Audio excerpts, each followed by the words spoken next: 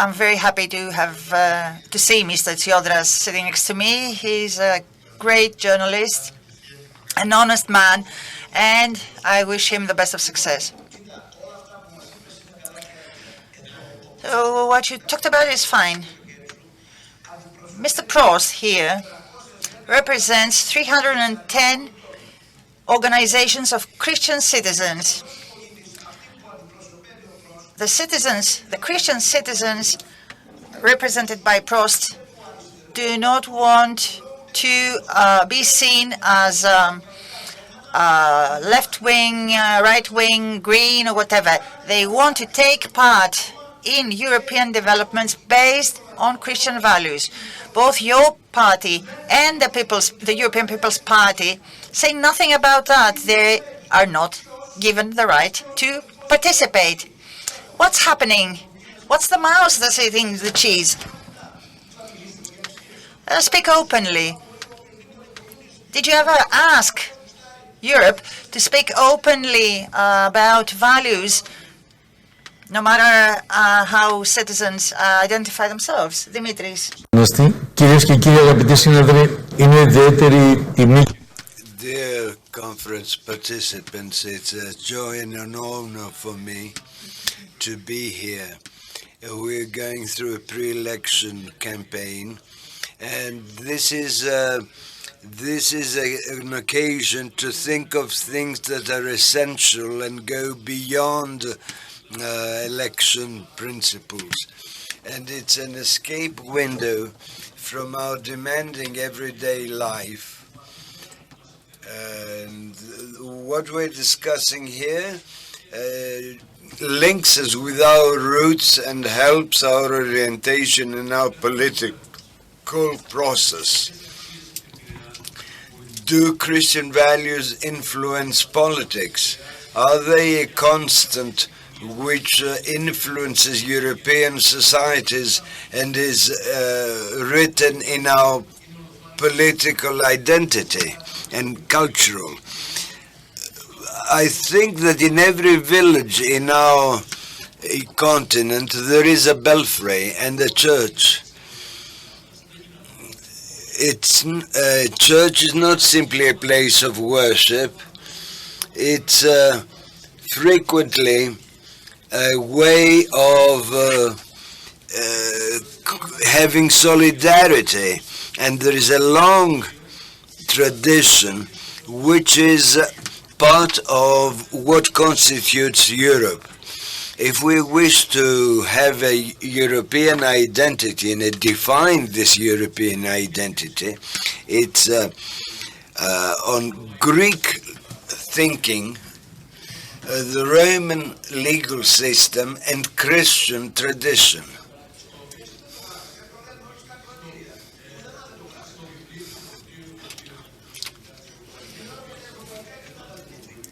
I'm talking of European documents which never mention this. I think that Christianity is by contributing and participating in the philosophical and social workshop and even the prayer one whispers in communication with God were never absent. Even those who consider the Enlightenment as a major watershed do not overlook the church, the freedom, equality and brotherhood and fraternity is a result, emanates from Christian values. Love for all, freedom, forgiveness of the sinner, and tolerance to the other. So solidarity with our minimal brothers. Does the Church have a position in contemporary challenges. Yes. Now, that does not mean that we agree with all positions. Transition into an era such as artificial intelligence or therapeutic genetic interventions. These are things which we all have to discuss.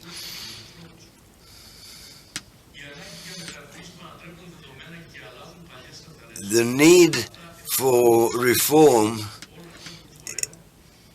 need the participation of all these forums, because we cannot have the absence of organizations that represent millions of members. I think church and church leaders should provide a moral compass, and when there are differences with the state, we should have a way of moving in a spirit of conciliation and calmness. And I think that Europe should move in this way also. Both the secular states, with the European Parliament at the forefront, I think they should open up the doors, they should examine all these aspects, since they represent millions of people who vote and are represented by elected, and we cannot, otherwise we shall have certain technocratic elites that are drafting all these problems. And we need to examine this. War and inequalities, racism, climate change. These are matters where Christian values can be applied. I don't think you all understand what I'm speaking of. The principle of solidarity, cooperation, and the Christian code respects all individuals, peace and respect for the divinely given gift of life. These are matters which are discussing here, and frequently things that date from a millennia ago are very topical in the digital age.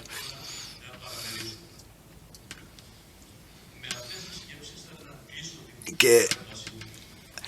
And we will have a wide and broad dialogue in the coming years on racism and human rights and artificial intelligence and bioethics, and all these are important, and for the church and for all these people who political integration in Europe without a clear European identity, which refers to also to the history of Europe, I don't think can be a reality. Thank you for giving me the floor. Thank you. Thank you. That's something I want to tell you. We feel that the European principles are too weak to carry the burden. The so-called European values are too weak to carry the burden of the future of Europe. If you don't turn to the sources, to the roots, the European vision will not be trusted by people, given the harsh conditions. I'm speaking as a politician now. Today, the European vision appears to be weak. The European peoples realize that they will be faring much worse without the European Union. Look at Brexit. But if you ask me if there's a clear plan for European integration, well, I haven't seen anything like that. I mean, a step-by-step move towards political unification. We started back in the 50s. Huge leaps were made in 70 years. We have unprecedented peace and prosperity. But the next step and how we will achieve our vision of a United States of Europe, well, I don't know. Nothing appears to be there. I think there are two conflicting Europes right now. The one I defend for rule of law and the European legislation, the European defense policy, for instance, not building weapons for NATO and sending them for people to be killed, ensure our own security, and the other Europe. APP is partly responsible for that.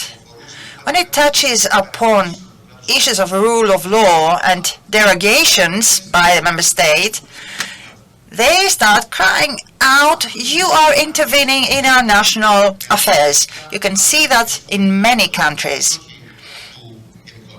I'm talking about internal competition, not widespread competition. I don't want to mingle with internal affairs in any case, but when Mr. Orban raises issues of rule of law, the MEPs of the New Democracy Party voted a condemnation.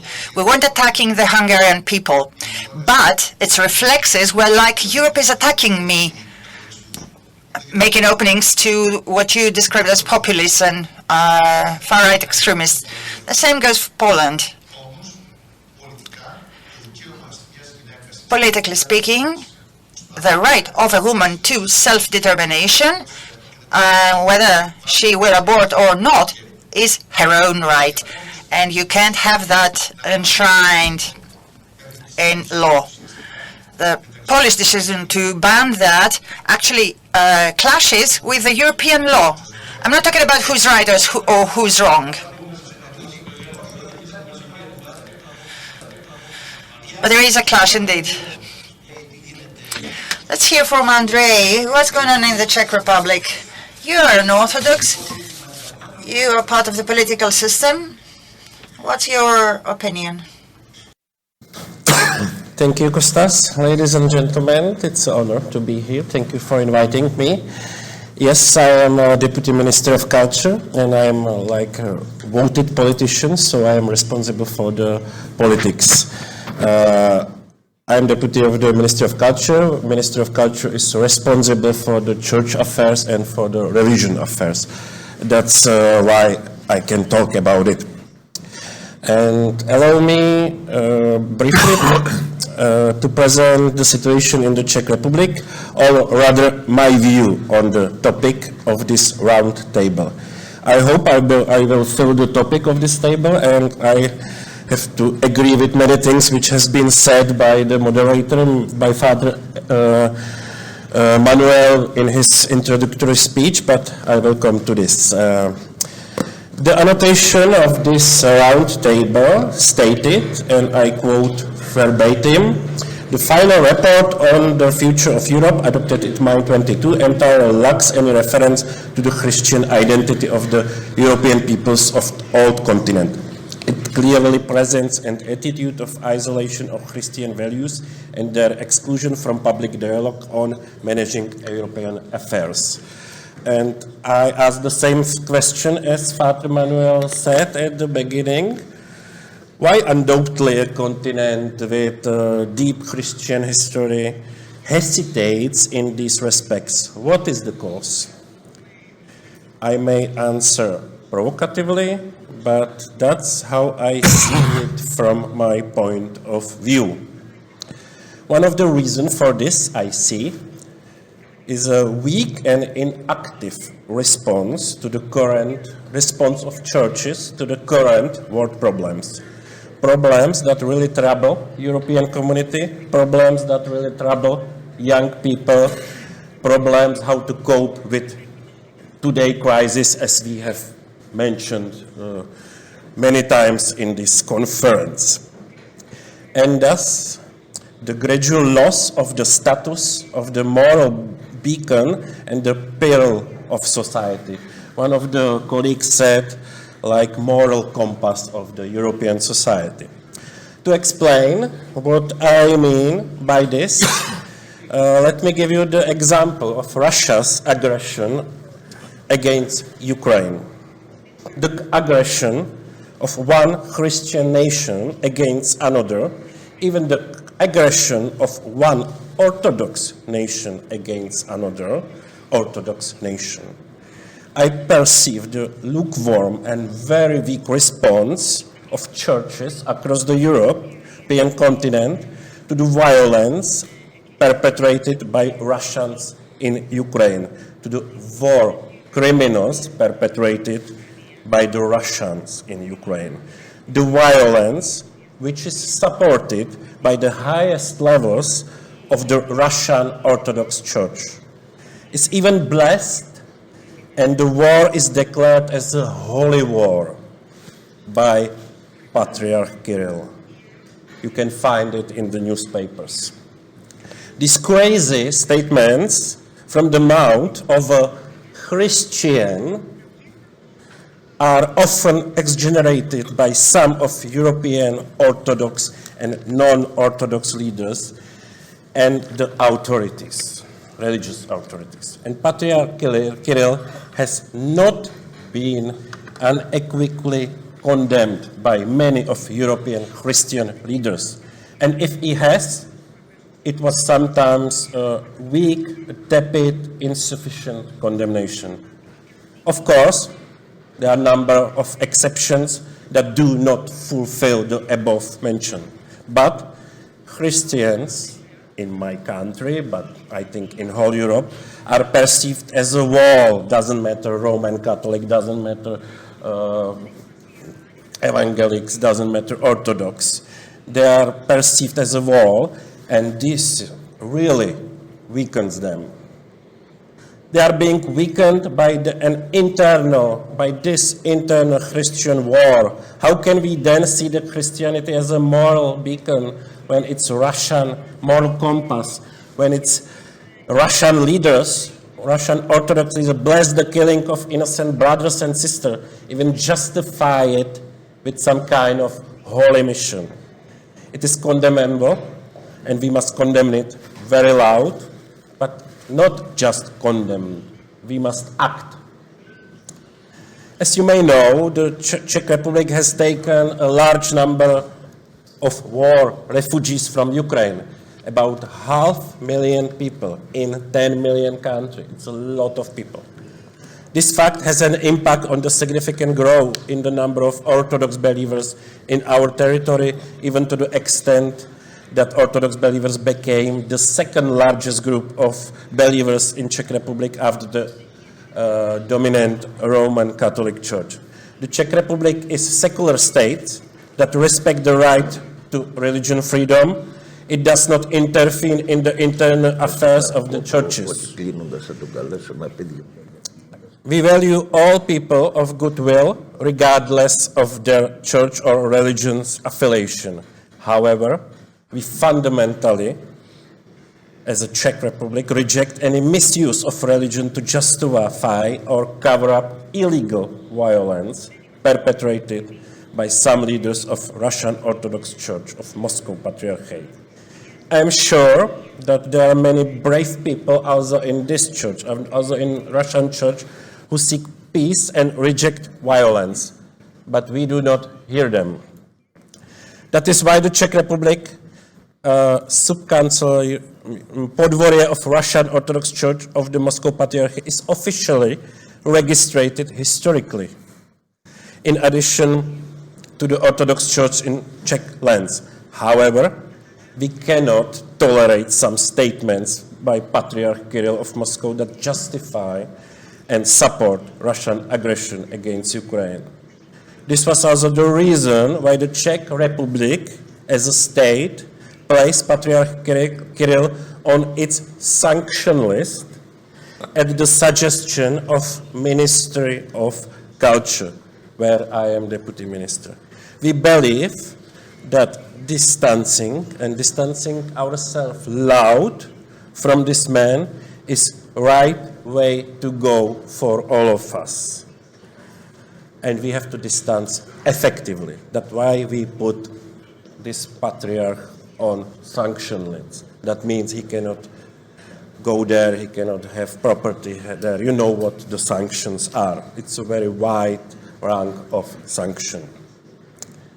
I would like, at the end, I would like to thank you. We can work together in this effort to eliminate the misuse of this dangerous religious rhetoric which we see by the Russian Orthodox Church. And if I can react to some of the discussion here, maybe to you, Kostas, you said that, just quick correction, you said that the European vision is not strong enough.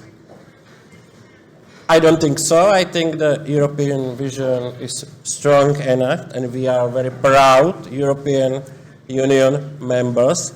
I think people are not strong enough in the Europe, not that vision. That vision is good. But I think people, including religious leaders, are not strong enough to fulfill this vision. And I think we will discuss about it later. So sorry for my speech, which was maybe more sharp than you expected, but this is how I see it. I'm Christian, I'm young, not so young, but young Christian. I am in contact with many, many politicians. I'm responsible for political program of my political party, and we are part of the government, so I'm responsible for the political program of the government in this issue. So I can say it, and I really think it. Thank you for your attention.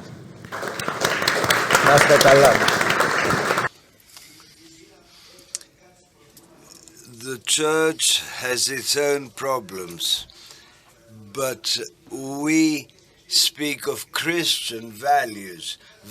Christian values are strong. It's a beacon, a spiritual beacon. And without this beacon, I don't think we can look forward to a European future. Sotiris, you being an intellectual and a writer, what do you think? Ναι. Υπάρχει ένα πολύ λεπτό ζήτημα. There is a very subtle matter which is never mentioned.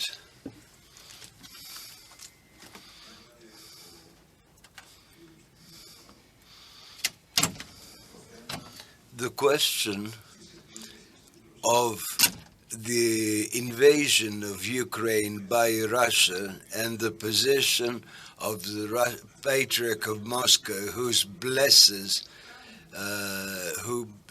the weapons and the army. Is Russia only responsible for this war? Does the West not have serious responsibility also? This was in the making for years, from the time when communism collapsed and the Warsaw Convention. There were certain agreements between Gorbachev that NATO would not expand eastwards. Why don't we discuss these?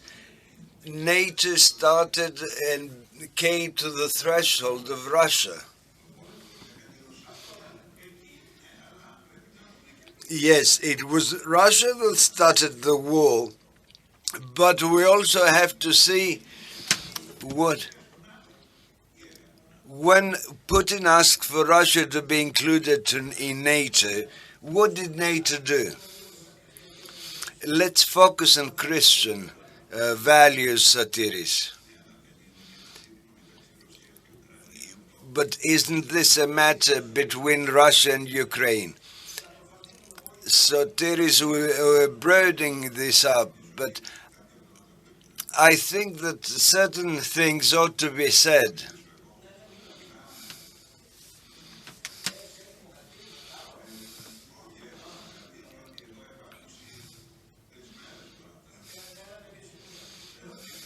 Right, I have a few notes.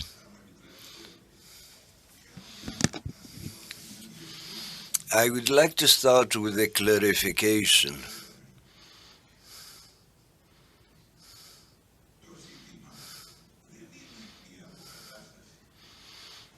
The question is not reinstating Christian values and reactivating Christian values in the political forum, but the reinstation and activation of Christian truths in the Christian world.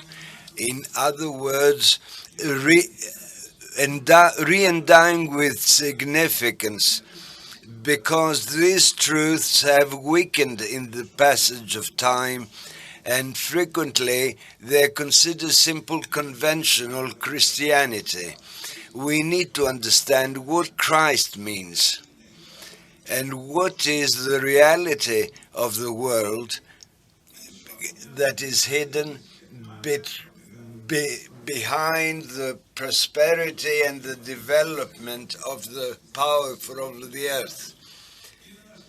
We ought to discuss certain passages from the Gospel without which there is no true relation with Christ and the Church as one universal and apostolic Church.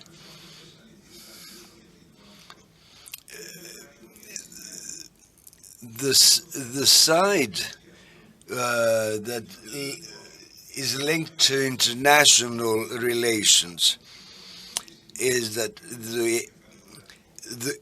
is related to capitalism. Aristotle speaks of monetary economy and defines it as the economy that simply looks at profit. This cannot be made internal without a multiplication of produced goods, but in which Christian tradition blesses this multiplication, because by limiting our needs we limit our dependencies and man becomes freer.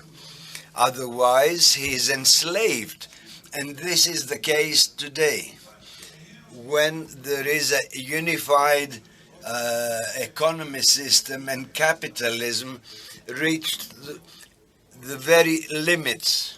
Adam Smith considered that human vice play an important role in the development of economy. Vanity and greed make history progress. Man is homo economicus, and naturally this obsession with economics is the case today. International relations are linked to that. What happens to Christian values and truths? Multiplication of needs is the dominance of power and creation of dependencies, small countries depending of large countries, and by armament expenditure. There is a beautiful by Mockman, a Protestant theologian, who mentions that it must recruit all the tools for questioning that reminding the Church that its position towards secular authority should be a constant and should be iconoclastic and should stand in solidarity with a man who is in pain. The book was published recently in Greek, and there is an essay on religion and international relations with reference to a world religious renaissance. It starts with Iran and solidarity in Poland and the Twin Towers. For 3 centuries now, the Western world has pushed religion aside and promotes secularity. And even when there is a religious, Europe and the Western world cannot escape from this bipolar tug of war between secularity and religion. And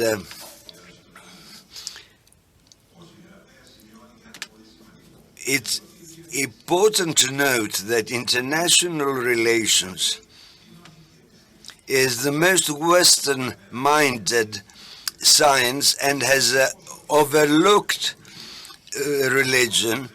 Everything is quantified, and whatever cannot be quantified is ignored.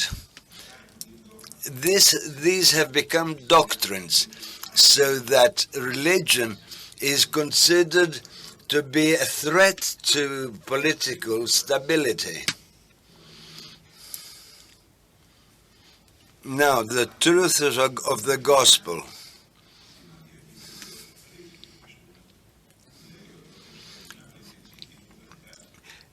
Christ says that whoever wishes to find his soul will lose it. So the whole question is the renovation of man. But before we move to this renovation, we should have a form of kenosis. Professor Stamoulis referred to this.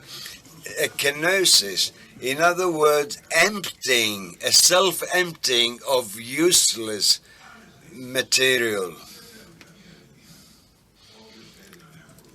Other gospel truths. Whoever wishes to follow me, pick up your cross and follow me. There is, I and the Father are one and the same.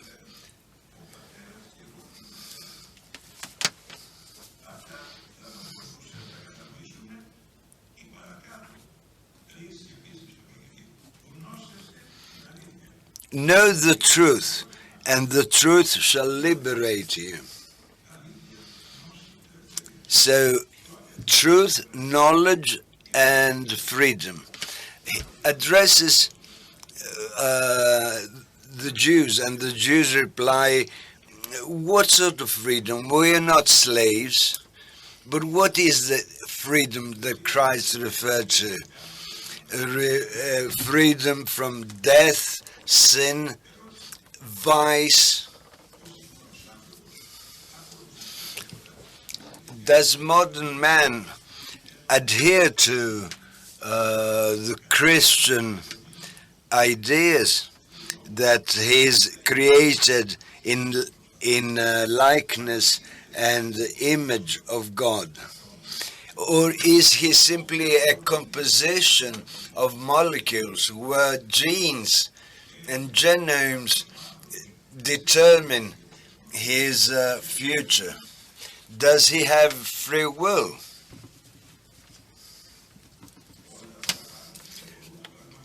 I don't think we can have this with the man's ego and his greed and conflict with others, that this creates the major obstacles for not following the gospel.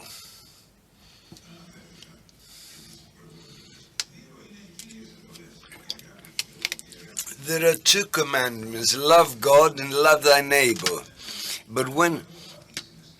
But Christ does not refer to some sort of sentimental love.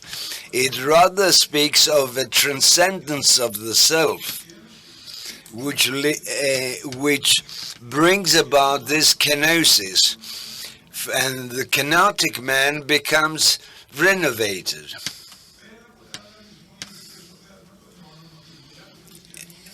The Christian's job is to transform himself, and this cannot be the case if this, and further on, to transform the world by continuing the creation of God and not replacing God's creation with a new creation.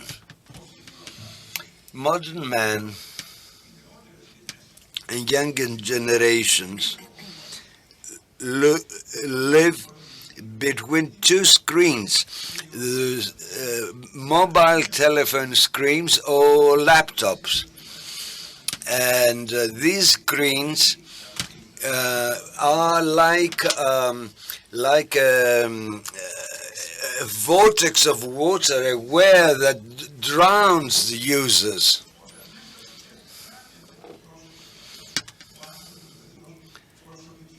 And that man is lost, and he loses his personality and works within an atheist civilization. There was a difference between Christian culture and technical developments. Now this culture has disappeared because this means culture and is related to education. Education was linked to natural sciences, and culture tends to disappear, and therefore man tends to disappear. So if there is no sense of personal existence, is not real. Going back to the gospel means going back to man as a personal existence in church and in politics and in the city. So come back to personal relations before international relations.